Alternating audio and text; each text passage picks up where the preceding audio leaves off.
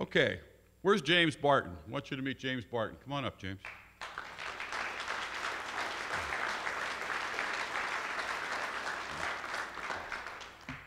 Say hello to his wife, Alicia.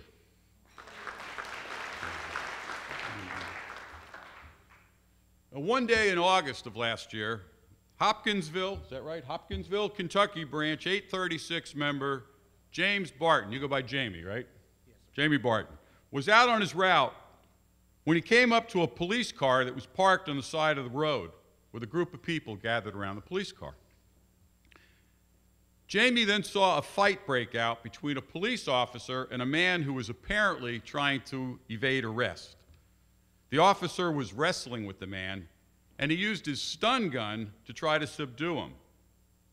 But Jamie says the taser had little effect, just like the dog spray. You guys know what that's like, right? Like nearly a quarter of all letter carriers, Jamie is a military veteran, having served 6 years as a military police officer in the Army. And that training kicked in when Jamie jumped out of his vehicle to help, and he says for him, that wasn't a big deal.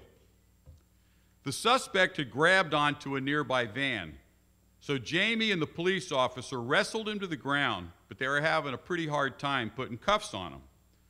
So Jamie placed his knee on the back of you don't have to demonstrate this, okay. So Jamie placed his knee on the back of the man's legs and began to talk to him, trying to distract him. It worked. Once they grabbed hold of his left arm, the man gave up, presented his right arm too, and they were able to cuff him. It was perfect timing too. A bunch of police cars just showed up as Jamie walked back to his mail truck. Now, Jamie's local mayor and city council recognized him for his actions that day. But the 13-year letter carrier says he doesn't think that he's a hero, but rather that his actions were pure instinct. However, our judges, they said that Jamie's training helped him out in an intense situation and let him become part of the solution to the police officer's problem. So please join me in honoring Jamie Barton as our 2013 Central Region Hero of the Year. Congratulations.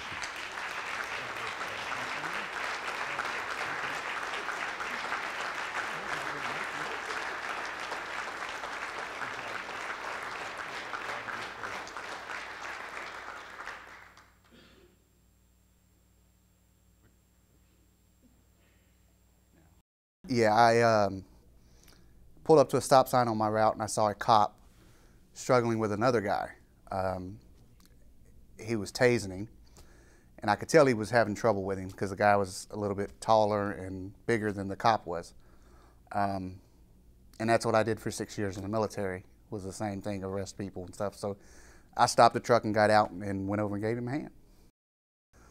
He had wrapped his arms around a ladder on the back of the old vans. He wrapped his arms around that. We finally got him loose from that and got him down to the ground.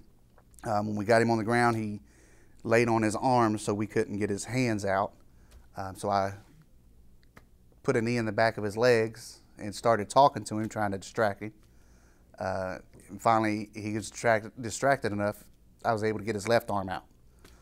Once I got his left arm out, he gave us the right and just gave up, and we got cuffs on him, and then I got back in my truck and carried mail. The city of Hopkinsville, the mayor gave me an award for it. So I had to go to City Hall, and the cop that I helped was there, and the police chief, the commissioner, they were all there. So nice. He shook my hand, told me thanks. I told him it was no big deal. I'd have done it for anybody. So I can't speak for everybody. I know for me, it's just the willingness to help. If I see somebody that needs help with something, I'm going to help them. I didn't see any risk in it, so to me, a hero, no. I would have done it, I'd do it again.